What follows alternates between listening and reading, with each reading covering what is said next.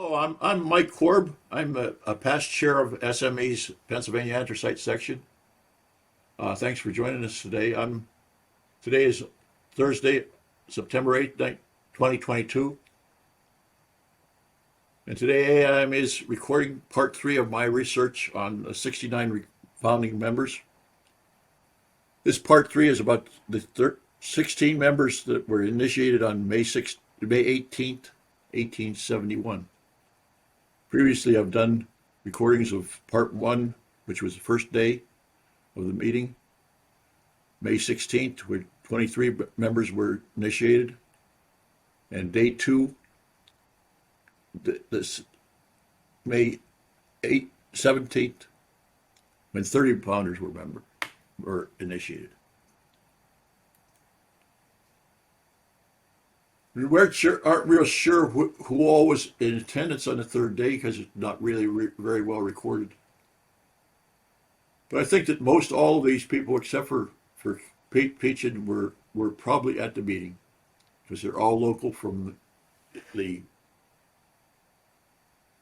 Wilkes-Barre area, some from New York, but the ones from New York are salesmen, so I think that they probably showed up. I'm going to talk about them in alphabetic order from William Kohler to John White. William Kohler was born in England. He came to the United States with his family in 1842. He worked in Pottsville as a blacksmith for several years, and in 1846 began learning engineering under Samuel Fisher, a famous mining engineer from Pottsville area at that time, not a member of AIME. Through the 1830s and 1840s, there were short railroads that had sprouted up in Schuylkill County. The largest of those was the Mine Hill and Schuylkill Haven Railroad, which served the Schuylkill Canal. Kohler joined it as a division engineer in 1851, advanced to master machinery while building the Gordon Plains. One of the most curious features of these early railroads were inclined planes. These segments of tracks climbed the mountainsides at steep grades, with freight cars being lifted by cables.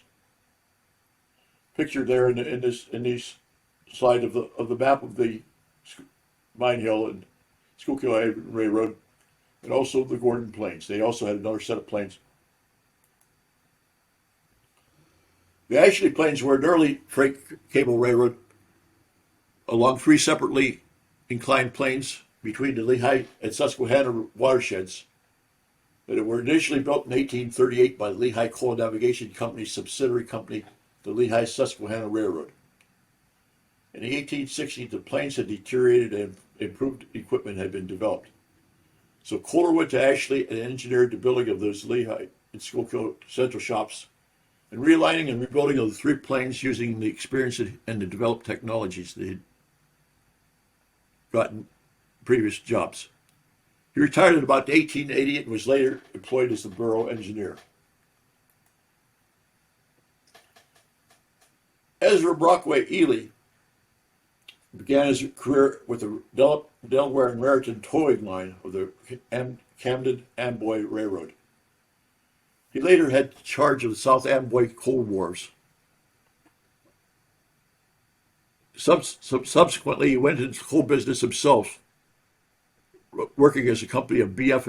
Ely and Company in 1867, and then later on as E.B. Ely and Company. So picture in the bottom right-hand corner of the Trinity Building. Trinity Building was a famous New York building, 111 Broadway, where most of the coal dealers worked out of. You can see on the advertisements on the wall in 1868 of the E.B. Ely and Company, prominently addressed on that company's front wall. The Beaver Metal Colliery was opened by E.B. Ely and Company in 1872. That company built a large breaker, but they weren't very successful. They eventually sold the operation to Cox Brothers and Company in 1881. Just before that, E.B. and S.W. Ely agents became the sales arm of Cox Brothers and Company. They established sales offices in Boston, Buffalo, New York, Chicago, Milwaukee, and Philadelphia. And this all continued until Ezra was made a partner of the Cross Creek Coal Company and eventually the president of Cox Brothers and Coal Company in 1893. Unfortunately, Ely died shortly thereafter. Next guy to talk about is the guy that I know absolutely the least about of all of the 69 founders. I don't even know his first name. It was Anthracite. I don't know how old he was, where he was. I assume he was a German that had come over from England with Cox because he worked for the Cox Company. I think that he may be one of these guys in this picture here, or he may be this guy in this picture on the right-hand side. But I do know that he worked in and around the Drifting Breaker. So that's the extent of what I know about N. Friedrich. Now, Christopher Eldridge Hawley is a guy that I do know quite a bit about. He was a mining and civil engineer. He was educated in College in Poughkeepsie. He first worked on the Pennsylvania and New York railroads. The Pikes Peak Gold Rush was a boom in the Pikes Peak country of western Kansas Territory in 1858 and 1861. Really wasn't at Pikes Peak, but it was the most convenient thing that people knew about, so people called it the Pikes Peak Gold Rush. It was one of the great gold rushes in North American history. Hawley was one of the people that went out there, but he wasn't really very lucky. His uncle, Charles Eldridge, was a mining engineer working in mercury mines in California, so Hawley joined him in the early 1860s, and later had charge of the Almaden mines actually it's not in Southern California, just south of San Francisco. After working on an irrigation job in Spain, he came back to Wilkes-Barre in 1871. Hawley married well in 1861. His wife Mary was a daughter of Congressman Henry Bradley Wright, a lawyer, coal landowner. Actually, had owned several steamboats on the Susquehanna, one of them named Henry Bradley Wright. But his success in the West allowed him to return and have some money, participate in those coal dealings, and he and Mary went to Washington to manage Wright's staff. Besides being part of the social circle in Wilkes-Barre and the District of Columbia, Christopher got caught up in the late 1870s bicycle craze. The first bicycle that appeared in Wilkes-Barre in about 1879 was owned by him and made by his own plans in a shop in Bethlehem. Hawley was also the first president of the Washington, D.C. Capitol Bicycle Club and an honorary member of the Wilkes-Barre Bicycle Club. He became a noted bicycle inventor and bicycle track designer. He worked with both the Hope and Newell companies. Hawley wrote articles about touting bicycles and was an early advocate of the safety bike.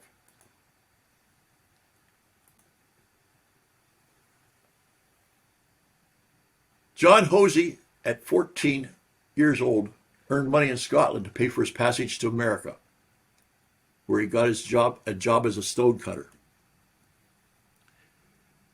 He and his brother worked for several masonry companies, building bridges and viaducts. Hawley spent years supervising heavy masonry crews. In 1843, he took employment in Delaware and Hudson Canal Company, managing the railroad and repairing the canal masonry. In 1845, he became the assistant superintendent of D&H coal mines in Carbondale, Pennsylvania. On January 12, 1846, Hosey was involved in an adventure that made him a legend at 34 years old. His New York Times obituary recounted it as, "He was imprisoned in the bowels of the earth for a week and given up for dead. The 12-acre cave killed 15 men, and Hosey was flattened eventually. He dug out of the cave and found his way out of the mine after. And like I said, it was quite a bit of a legend. Actually, he only spent 2 days in the mine. The legend became that it was not a 12-acre cave in, it was a 50-acre cave in. And there were not, by legend, there were more than 50 men killed. But that's what everybody knew about Hosey for the rest of his life. Just so happens that that mine was not was close to where the first deep underground mine, anthracite mine in America was. That first deep underground mine was marked by a marker in Carbondale, and the mine that he was working in was actually the second deep underground mine, which has no marker, as it should not. John Hosey's life went on for another lifetime, 36 more years, and he made up the rest of it quite an adventure also. From 1850 to 1854, he was general superintendent for Pennsylvania Coal Company mines at Pittston and Dunmore. Pennsylvania Coal Company was part of the D&H at the time. In the next 4 years, he worked for Michigan Southern Railroad at Toledo, the North Pennsylvania North Branch and Pittston Coal Companies, Portland and Saco Railroad in Maine, Covington and Ohio Railroad in Virginia, where he stayed until the outbreak of the Civil War. He then returned to Pennsylvania and leased at Birdseye Breaker in Archbold. Pictures of both the Dunmore Mines, Gravity Railroad, and Birdseye Breaker here. In 1862, he took an interest in the Hollenbach Coal Company colliery at Wilkes-Barre. In 1864, he sold that interest and purchased the Silverbrook Coal Works, in Schuylkill County, where he remained for 6 years.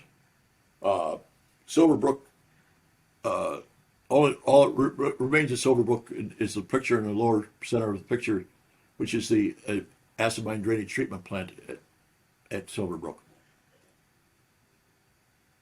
He then sold out and took charge of the Bear Creek Colliery and lived in Tamaqua in 1871 when he was a founder of AIME. In 1872, he resigned there and released the Fairlawn property at Scranton and opened a mine. In 1877, he became partner in the Pierce Iron Coal Company at Winton, PA, and was its general manager. So he lived quite a bit of a life in his second lifetime also. Theodore Parker Jennings was a guy that I spent a lot of time trying to figure out what the hell he was doing at the meeting. He was a mining engineer student in Germany, and he graduated from the University of Berlin in Germany. He married a wealthy doctor. He was a rather unsuccessful merchant in building materials. His company specialized in sashes and doors in New York City. It went bankrupt several times. It's our guess that he attended the first meeting of AIME because it might be a good place for contacts for sash sales. When you take a look at all those breakers that they were building at that time, look at all the damn windows that they had in them. And every one of them was a potential sale for a sash salesman.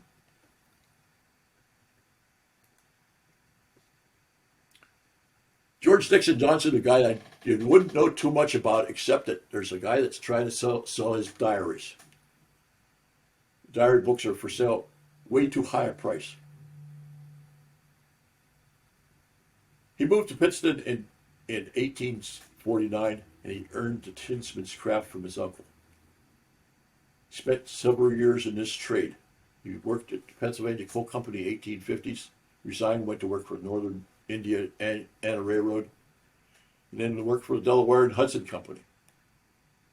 In 1857, he supervised the rebuilding of the gravity road over this Buzik Mountain when a new place was established to increase the train speed.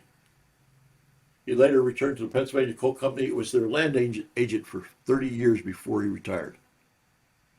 And this picture on the right-hand side at the bottom is a picture of the office that where he worked for those 30 years.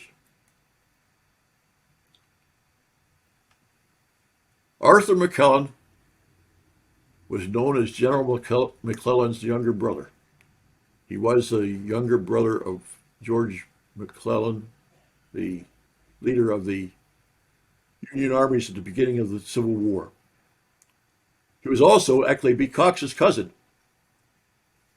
Regardless of those two things, of being called a cousin and a brother, he was described by many people as a scholar of rare ability while he was at Penn.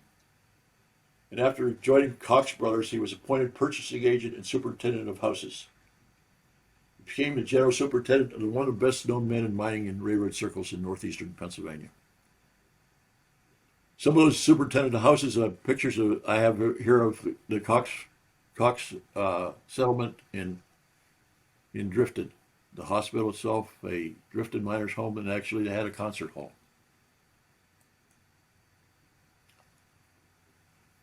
General Paul Ambrose Oliver was born in the English Channel on board the Louisiana, a vessel built by his grandfather and owned and commanded by his father.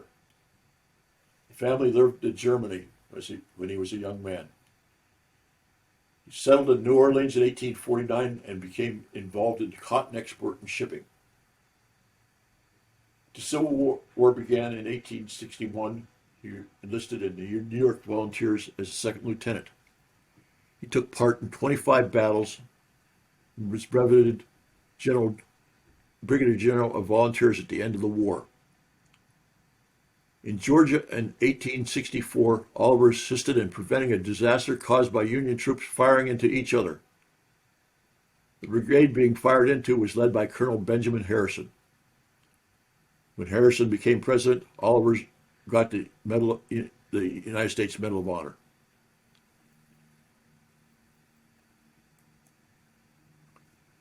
After the war, Oliver entered the Anthracite coal trade, but he soon gave it up to manufacture explosives.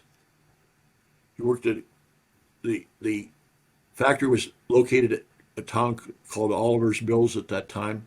It's just near Laurel, Pennsylvania. Laurel Run, Pennsylvania, I'm sorry. He received several patents for his explosive formula machinery. His machines were designed to mix ingredients in small quantities with an increase of moisture to prevent violent explosions. He probably could be credited with the invention of dynamite. There were 3 or 4 guys that discovered dynamite pretty much at the same time and probably independently of each other. Those other inventors included Alfred Nobel. Being in close touch with the anthracite operators, his business grew to large importance and later was purchased by DuPont. Oliver ran it for several years after DuPont purchased the company. Charles Parrish was probably the most important man to be a founder of the AIME. At the age of 15, he was apprenticed to a hardware merchant as a clerk. He became a partner there until 1856 when he began operating collieries and speculating in coal land. It's said that he made Wilkes-Barre a laboring man's metropolis to which people from all parts of the world have come to seek their fortunes. Parrish put together a combination of companies, collieries, railroads, and canals which he owned, controlled, or influenced that built the Wyoming Valley and other far-flung mining interests. He was president of Hazard Wire and the First National Bank of Wilkes-Barre, a director of the North and West Branch Railroad, was a director of Lehigh Coal and Navigation for 20 years. Had business interests that Beto was involved in, that at least 15 other members of AIME, as founders of AIME, were involved in his businesses. He owned the Parrish Coal Company of Wilkes-Barre Iron and Coal Company, which combined with the Honeybrook Coal Company in 1874 to form the Lehigh Wilkes-Barre Coal Company, which he owned for 20 years. Lehigh Wilkes-Barre leased the lands of Lehigh Coal and Navigation and operated those properties for years and combined with LCN's Lehigh and Susquehanna Railroad as a successor, the Central Railroad of New Jersey, which he also was a director of. Parrish, some of the other people that worked for Parrish was William Zahner, who was involved with the Molly McGuires. And if you go back and listen to my second talk, I'll tell you a little bit about Zahner.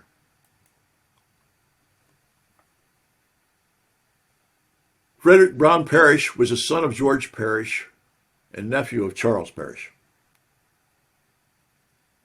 two prominent coal men. His family moved to Wilkes-Barre in 1862, and he started work as an engineer corps of the Lehigh Wilkes-Barre Coal Company, which was owned by Charles Parrish. In 1872, he became assistant superintendent to his father at the Lehigh and Wilkes-Barre.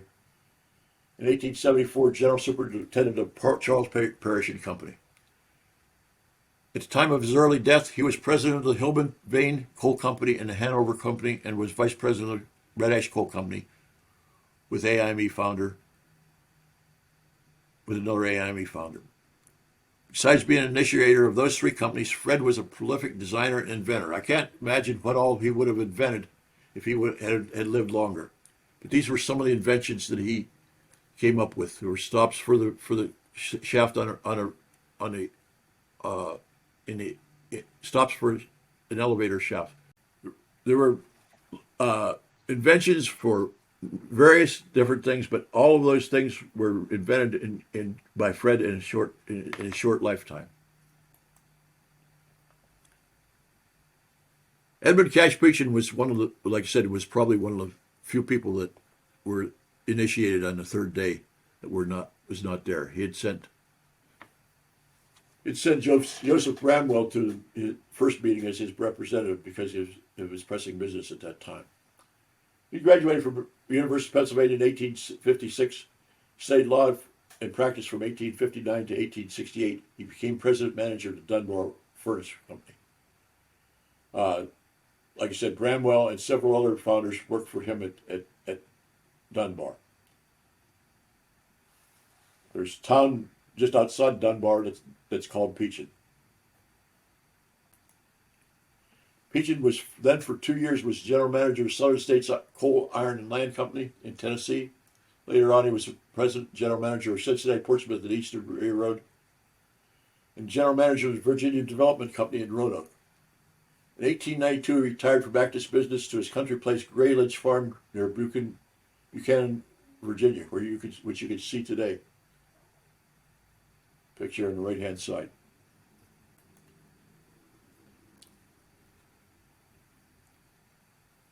William H. Roberts came to America from Wales as a teenager and worked as a machinist in Pennsylvania, Illinois, and Indiana before settling in Mauchunk, working for Salkeld Company, a maker of much of the machinery for the Lehigh Coal Navigation Company.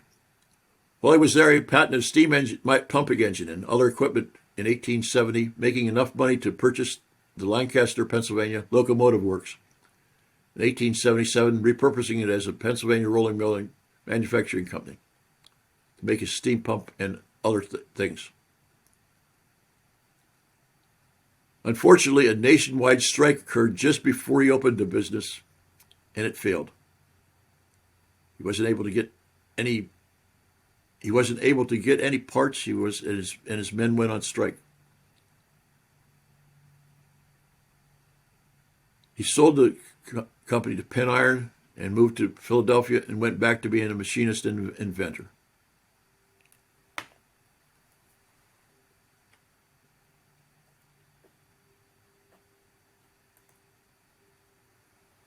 William Lawrence Stewart, misnamed by the AIME as W.S. Stewart, had recently completed machinist training at Baldwin Locomotive Works in 1848, when he was a master mechanic on the construction of the first coal breaker in the Northern Field. So we had founders of AIME. I talked about Robert Allison in the second day talk, who was one of the builders of the first anthracite coal breaker in the Southern Field, and William Stewart, who was one of the builders of the first breaker in the Northern Field. That first breaker in the Northern Field was the Baltimore No. 1. He worked for several years as a mechanic for the Gravity Railroad and Pennsylvania Coal Company in Hawley. He went to Wilkes-Barre about 1866 and worked for the Dixon Manufacturing Company.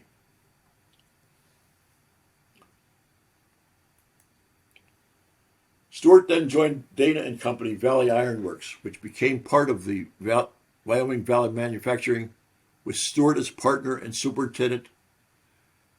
Ferdinand Kohner was a partner, another Brit founder of AIME.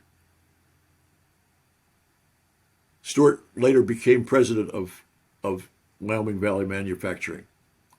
New brick buildings were erected on lands purchased from the Lehigh Coal Navigation Company next to the railroad. These buildings still exist in Wilkes-Barre.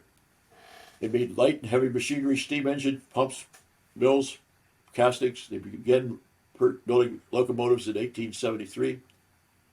They built the first locomotive they built was the AIME, I think named after a family member. And in 1888, the Vulcan Iron Works purchased the company for their locomotives. Stewart then became a partner in General Oliver's powder business and was their salesman in anthracite collieries. He died on the job, selling powder.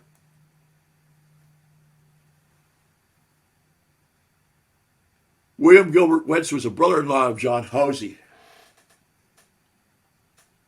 founder of AIME. He worked with him on several railroad projects, including the Michigan Southern, Portland and Saco, Covington and Ohio railroads. Before moving to Wilkes-Barre in 1862, where he oversaw coal sales for Housie and Gray Company. He then worked in coal sales and as a superintendent at the Port Bulkley, Wyoming colliery for John Henry Sawyer. Wentz was a councilman, was one of the first councilmen at Wilkes-Barre. He was also a school director at Wilkes-Barre, secretary of its electric company, and ran a successful meat market. He was a butcher. He was also a partner in Leavenworth and Wentz coal sales and spent several of his later years involved in the coal screening business of the Eagle Iron Works.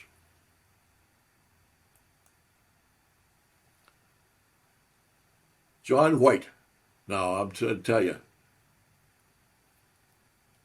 it's pretty hard to find a guy named John White, but I think I did. Although we aren't sure that this is AIME's John White, we think it probably is. Our John White graduated from college and began studying law in New York City, but abandoned it to become a coal dealer, often with offices in the Coal Trinity building at 111 Broadway. An early venture was to operate the McNeil Coal and Iron Company in Yatesville Colliery near Illinois City.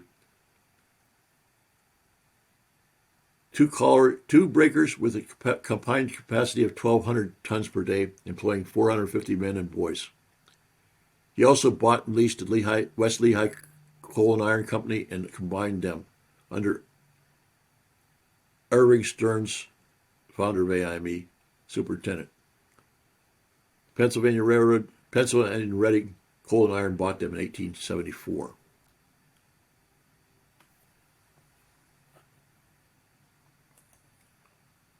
White was a senior member of the coal marketing firm of White, Fowler & Snow. In 1875, he began as the New York agent for McKinley, Mercury, and Kemmerer, later McKinley, Whitney, and Kemmerer. They are part of the Leisingring group of businesses, and they with White were involved in Connellsville Coal and Coke and Virginia coal companies. He was considered a naval coal expert and owned Virginia coal lands, the Maryland Union Coal Company, and the Montauk Gas Coal Companies. And I believe that's our guy there. So I hope you had the patience to sit through my 3 talks about the 69 founders of our American Institute of Mining Engineers. I've really enjoyed learning about these remarkable men. I thank the American Institute of Mining, Metallurgical, and Petroleum Engineers for giving me this forum to talk about them. They represent a big part of the start of mining engineering in America.